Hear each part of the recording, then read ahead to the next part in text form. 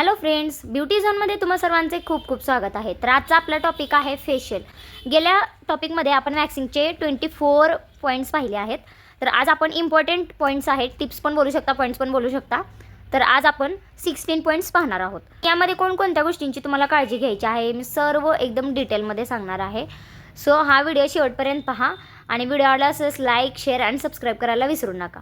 तर चला स्टार्ट करूया. टिप नंबर 1, कोणतीही फेशियल तुम्हाला सुरू करण्या अगोदर काय करायचं आहे, कोणत्याही ऑल स्किन टाईपचा तुम्ही फेसवॉश घेऊ शकता. मी इथं फेसवॉशचे पिक आहे ते शो करेन, तुम्ही त्याचे स्क्रीनशॉट काढून घेऊ शकता. ऑल स्किन टाईपच्या फेसवॉशने तुम्हाला काय करायचं आहे, सगळ्यात पहिल्यांदा 10 ते 15 मिनटं क्लायंटच्या स्किनची मसाज करायची आहे.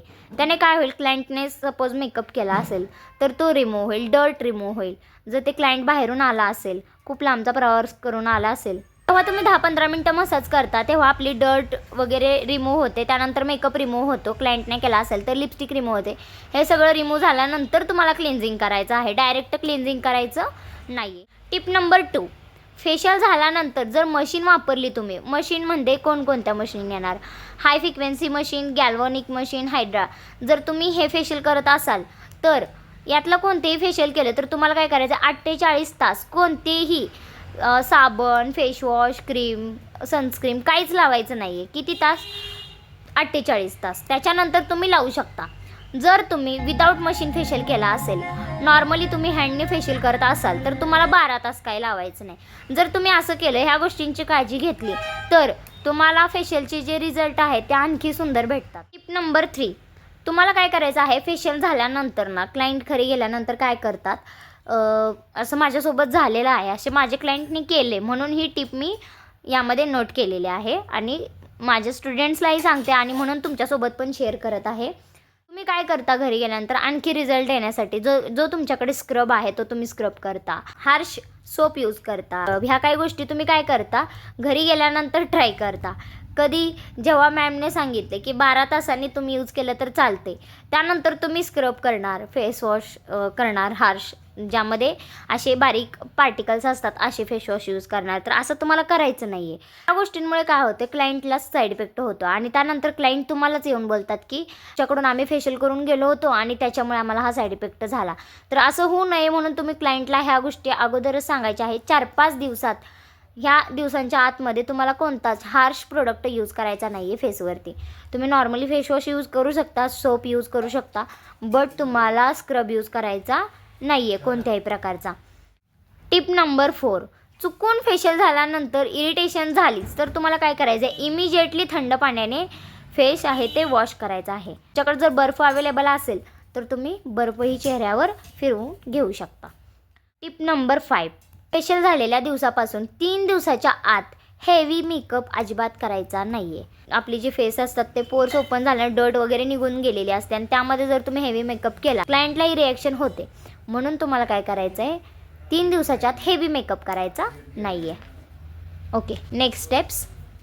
पॉईंट नंबर 6, फेशियलच्या अगोदर तुम्हाला कधीही कोणत्याही प्रकारचं फेस वॅक्सिंग करायचं नाही आहे. आता का करायचं नाही आहे हे तुम्हाला गेल्या व्हिडिओमध्ये आपण वॅक्सिंगचे जे पॉईंट्स पाहिले आहेत त्यामध्ये थोडंसं समजलंच असेल तुम्हाला की फेस वॅक्स केल्याने काय होतात, आपले जे पोर्स असतात ना ते ओपन होतात आणि ते ओपन झाल्यामुळे काय होतं, आपली जी क्रीम, आपण जी कोणतीही क्रीम यूज करणार आहोत ती डायरेक्ट आपल्या त्या लेयर्समध्ये जाते.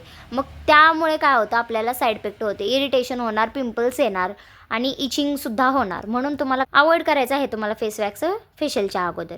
पॉईंट नंबर 7, फेशियलनंतर कधीही ब्लीच करायचं नाही आहे. खूप जे बिगनर्स असतात त्या ह्या मिस्टेक्स करतात की फेशियल झाल्यानंतर ब्लीच करतात की आणखी रिझल्ट येण्यासाठी. तर रिझल्ट तर तुम्हाला मिळणारच नाही आहे, बट क्लायंट तुमचे नाराज होणार आहेत. का? कारण की फेशियलनंतर ब्लीच हे चालत नाही. पॉईंट नंबर 8 आहे, फेशियलच्या आधी तुम्ही ब्लीच करू शकता, डिटॅन करू शकता, विटॅमिन सीचा पॅक यूज करू शकता. पॉईंट नंबर 9, फेशियल झाल्यानंतर कधीही केसांना मेहंदी लावायची किंवा कलर करायचा नाही. तुम्ही जर सलॉनमध्ये करत असाल तर तुम्ही कलर करू शकता सलॉनमध्ये, पण घरी तुम्ही फेशियल झाल्यानंतर घरी गेल्यानंतर काही लेडीज आहेत ती मेहंदी लावतात, कलर करतात आणि त्याने काय होतं, केस पुढे घेऊन ते हेअर वॉश करतात. मग त्यामुळे काय होतं, आपण फेशियल केलेले असते आणि त्यात त्यांनी हेअर जे ते पुढे घेऊन जर हेअर वॉश केलं तर डायरेक्ट मेहंदी फेसवर उतरते, कलर फेसवर उतरतो आणि क्लायंटला साईड इफेक्ट होतो.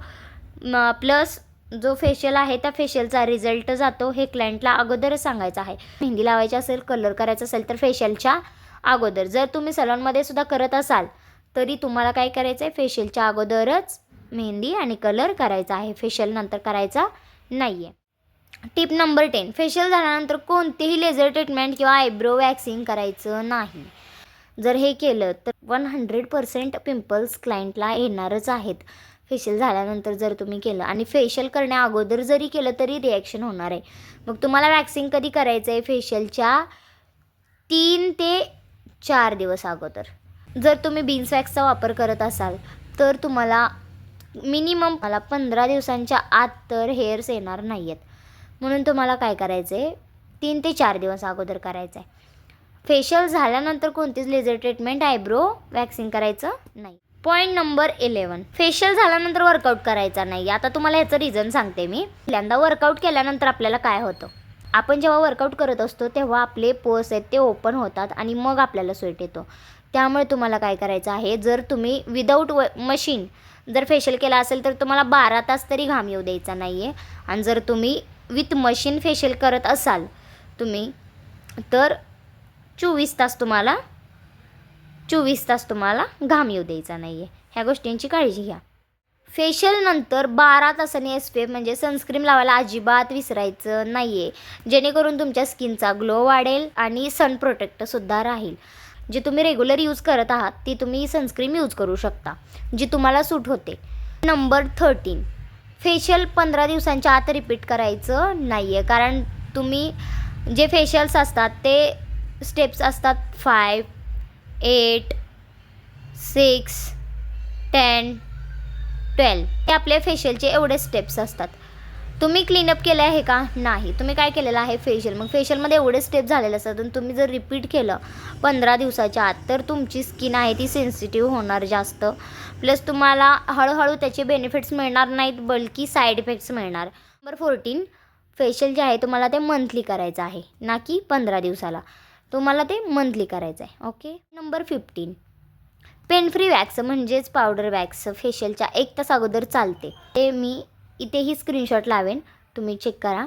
तर पेन फ्री वॅक्स आहे त्या हर्बलचं आहे, तुम्ही ते फेशियलच्या 1 तास अगोदर यूज करू शकता. पॉईंट नंबर 16, कोणत्याही मशीनचा वापर प्रेग्नेंट असलेल्या लेडीजवरती करायचा नाही आहे. ही सगळ्यात इम्पॉर्टंट टिप आहे. ही टिप अजिबात विसरायची नाही आहे. का विसरायची नाही आहे, किंवा तुम्ही एखाद्या प्रेग्नेंट लेडीजवरती मशीनचा यूज करता तर आपण मशीनचा कोणकोणत्या वापर करतो, हाय फ्रिक्वेन्सी, गॅल्व्हॅनिक, अल्ट्रासॉनिक आणि अशा बऱ्याच मशीनचा आपण वापर करतो, बरोबर. हायड्रा. तर या मशिनरींचा वापर केल्यामुळे काय होतं, डायरेक्ट आणि इनडायरेक्ट करंट हा आपल्या फेशियलमधून आपण दिला जातो. सो त्यामुळे तुम्हाला प्रेग्नेंट लेडीवरती करायचा नाही आहे मशिनरीचा वापर, कारण की जे बेबी आहे त्याला इनडायरेक्ट करंट हा जाऊ शकतो.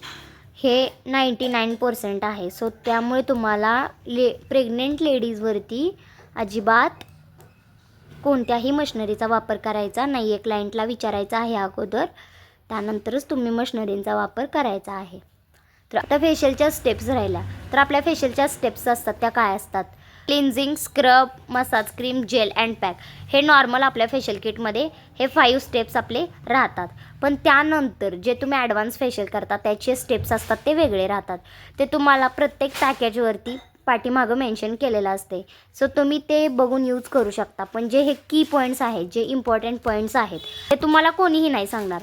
तर मी अशा तुमच्यासाठी ब्युटीच्या टिप्स झाल्यानंतर मी तुम्हाला मेकअपच्या खूप साऱ्या टिप्स अँड ट्रिक्स घेऊन येणार आहे. त्याचेही तुम्हाला नोट्स मिळणार आहेत. तर अशा नॉलेजेबल व्हिडिओसाठी आपल्या चॅनलला आत्ता सबस्क्राईब करून ठेवा आणि बेल आयकॉनला प्रेस करायला विसरू नका, जेणेकरून मी व्हिडिओ अपलोड केला की पहिली नोटिफिकेशन तुम्हाला यावी. व्हिडिओ आवडला असेल लाईक शेअर करायलाही विसरू नका. आणि तुम्हाला आणखी कोणत्या टॉपिकवरती नोट्स हवेत हेही मला कमेंटमध्ये सांगा, म्हणजे मी तुम्हाला त्या टॉपिकच्या एकदम पॉईंट टू पॉईंट टिप्स आहेत ते घेऊन येईल.